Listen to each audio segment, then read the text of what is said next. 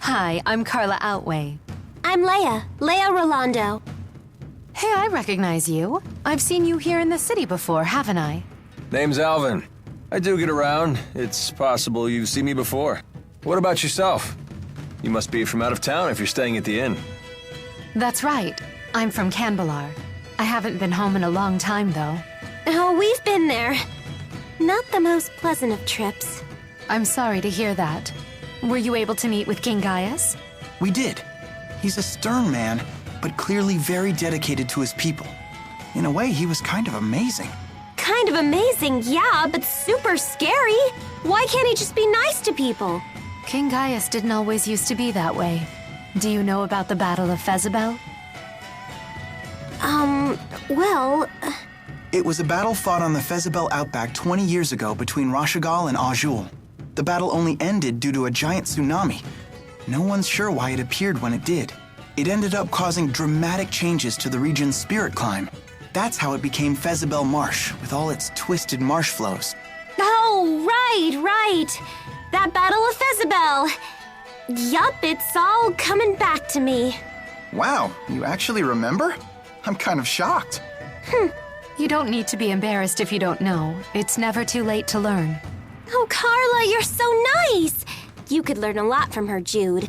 Uh-huh. During that battle, Gaius led a battalion of Longdao soldiers, even though he was a member of a different tribe himself. At just 20 years old, he led his troops to victory against an entire regiment of the Rashagal army. He was also the first to sense the oncoming arrival of the giant tsunami. He advised the Longdao chief to retreat, but the chief couldn't bring himself to give the order. The tsunami ended up swallowing both armies and wiped out Gaius's entire battalion. So that's how he became the ornery fellow we all know and love. Gotta hand it to him, though. It is true that most folk want a strong leader to guide them. And he's certainly won the trust of his people. Gosh, Carla, you really do know all about history. Well, at least when it comes to King Gaius. Is there a reason for that? There just might be. See you later, everyone. What do you think she meant by that? I wonder.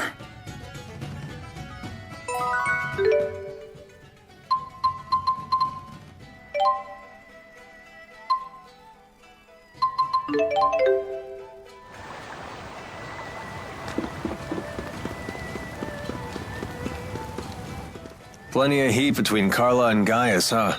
You make it sound so illicit. And poor, sweet Jude's left out in the cold. Come on, you know that's not why I'm looking for Carla. Bet she's waiting in Shandu. You think I don't know that?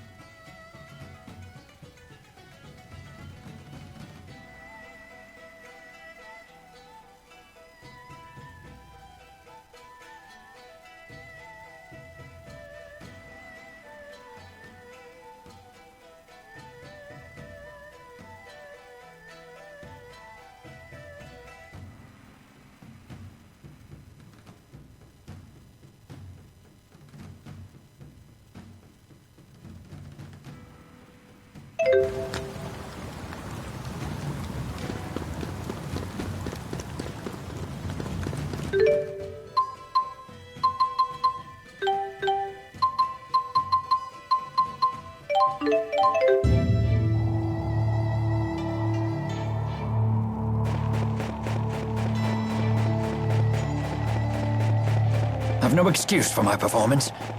Age must have dulled my combat skills more than I'd realized. This must be the sensation humans know as hunger. Let's stop and eat something soon. Didn't we just eat?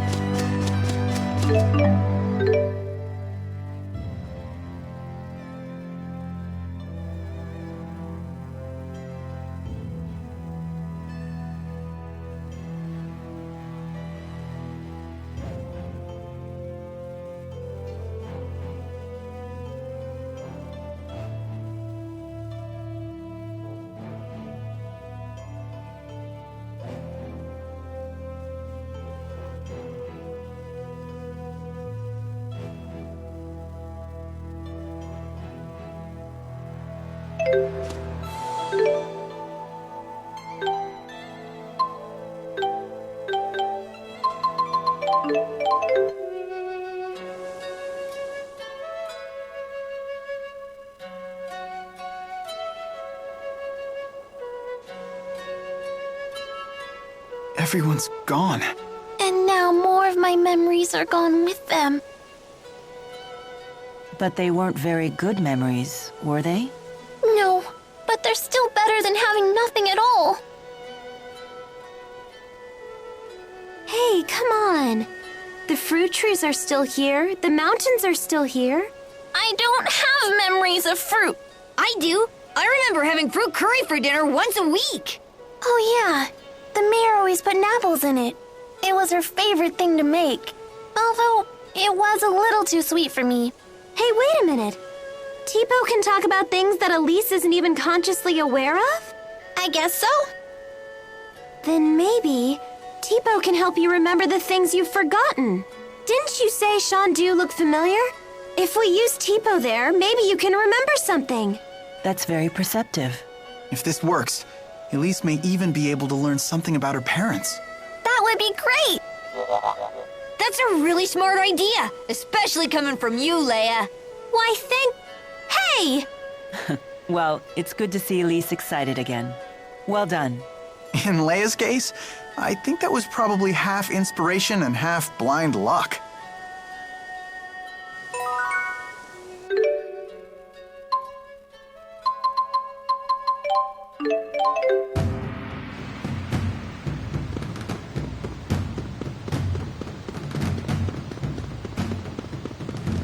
Sorry to be such a burden back there. I'll try to be more careful. I've no excuse for my performance. Age must have dulled my combat skills more than I'd realized. Ah, this must be the sensation. Well, here we are at Shandu. Do you remember anything? When you ask it like that... It's way too much pressure. Don't feel like you need to force it, Elise.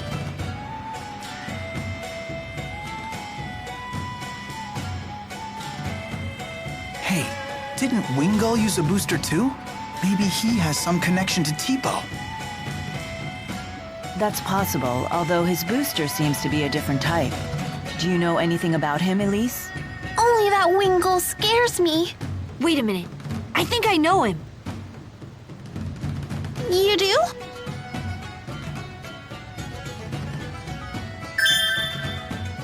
I've got it! Wingull was in the laboratory. He was? I don't remember him being there. He used to be way thinner.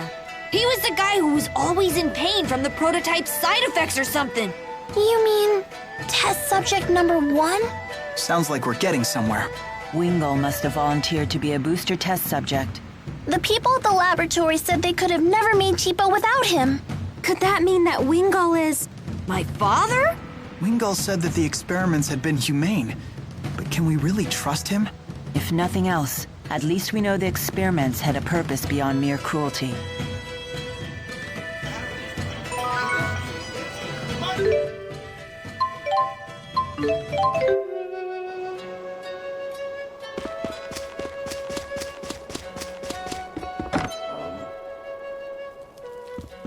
Getting pretty hungry here. So this is where they kept you, huh? How long were you in here? I'm not sure. Really long, or kinda short. It was a blur. What would have happened to you if we hadn't come along? The big man always used to say that I should try and get along with the villagers, so that maybe I could live here one day. I'm sure he meant well by that. But you can't just ask a kid to live alone in some strange town. There sure are a lot of barrels here. Don't drink from those! They're full of strange juice that makes you dizzy. This is porridge wine. It's a type of liquor that glows in the dark. The longer it ferments, the mellower the taste and glow. After 10 years, it'll shimmer like the moon. That's why they call the top shelf version Moonlight. You sure know a lot about it. Naturally. This flavor certainly is deep and rich. This may be one of the best things I've had. Hey, that's stealing. Don't worry.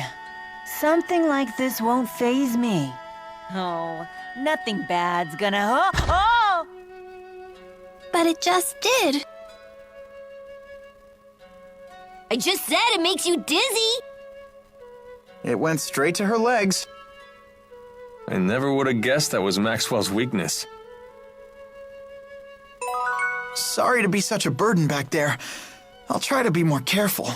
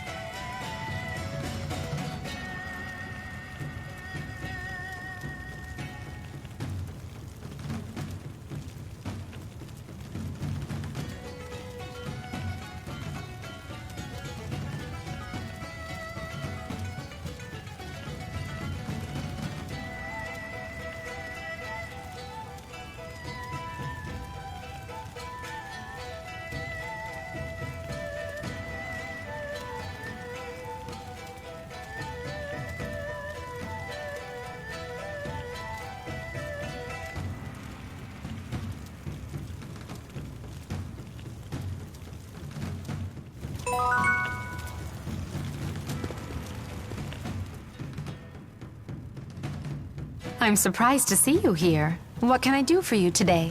Carla, if you don't mind us asking, what's your relation to King Gaius? Now, I sure wasn't expecting that. Come on! I bet it's a great story!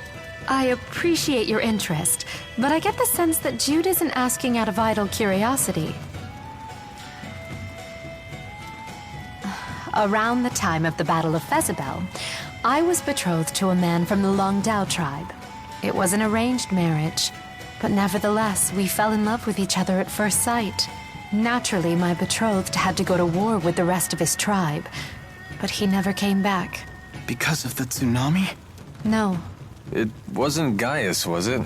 My betrothed was one of the Longdao chief's aides. He wanted to make a name for himself before we got married. He must have thought that's what I wanted. So when Gaius told the Longdao chief about the incoming tsunami, my betrothed told the chief that Gaius was out of his mind and swore that a retreat wouldn't be necessary. And Gaius went after him for that? The few people who survived the tsunami said that my betrothed was still alive after it had passed, and that Gaius was with him. I can't believe it. All I know for sure is that he never came back. They never even found his body.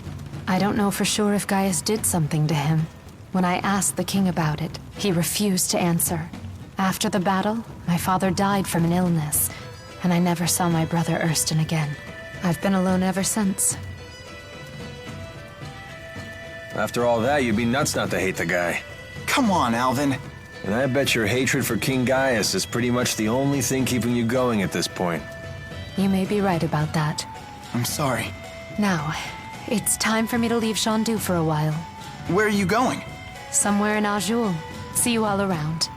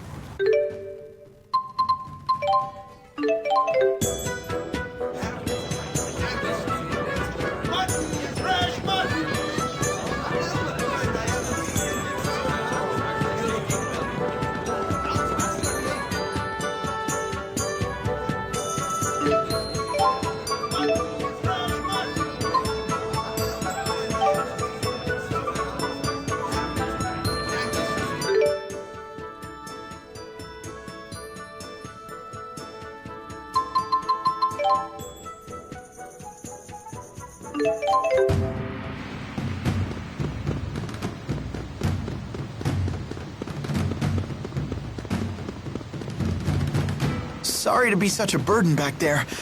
I'll try to be more careful. I've no excuse for my performance. Age must have dulled my combat skills more than I'd realized.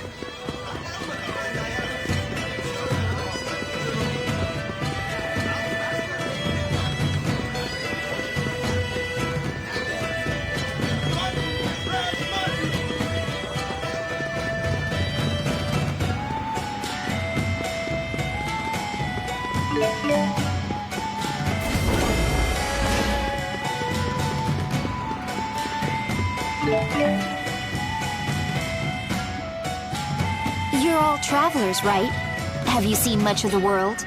Yeah, I'd say we've seen a good bit. Then let me ask you a question. What do you think of extreme spirit climbs that exist throughout this world? Well, nothing really. Extreme spirit climbs are pretty common, right? That may be true. I'm sorry, who are you again? My apologies. I'm a geographer. I've been studying spirit climbs on my travels. During my recent studies, I arrived at a new hypothesis.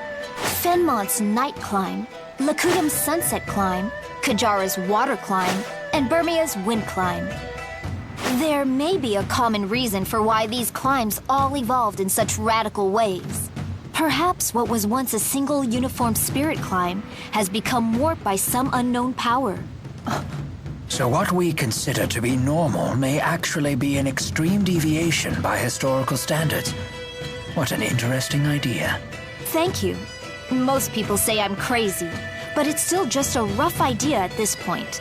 I mean, I can't even postulate the existence of a power so huge it would have that kind of effect on the world. But it's questions like that that lead to scientific progress, right? Please tell us if you find out anything. You got it.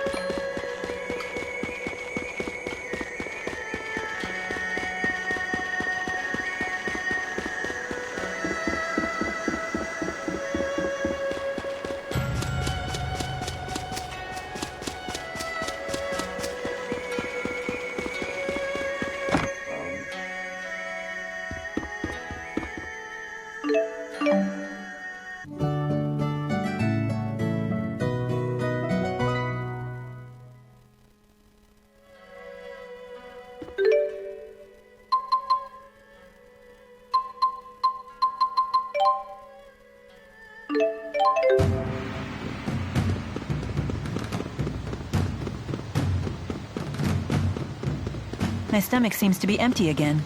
When do we eat? Again with this one. Good performance, but terrible fuel efficiency. Sorry to be such a burden back.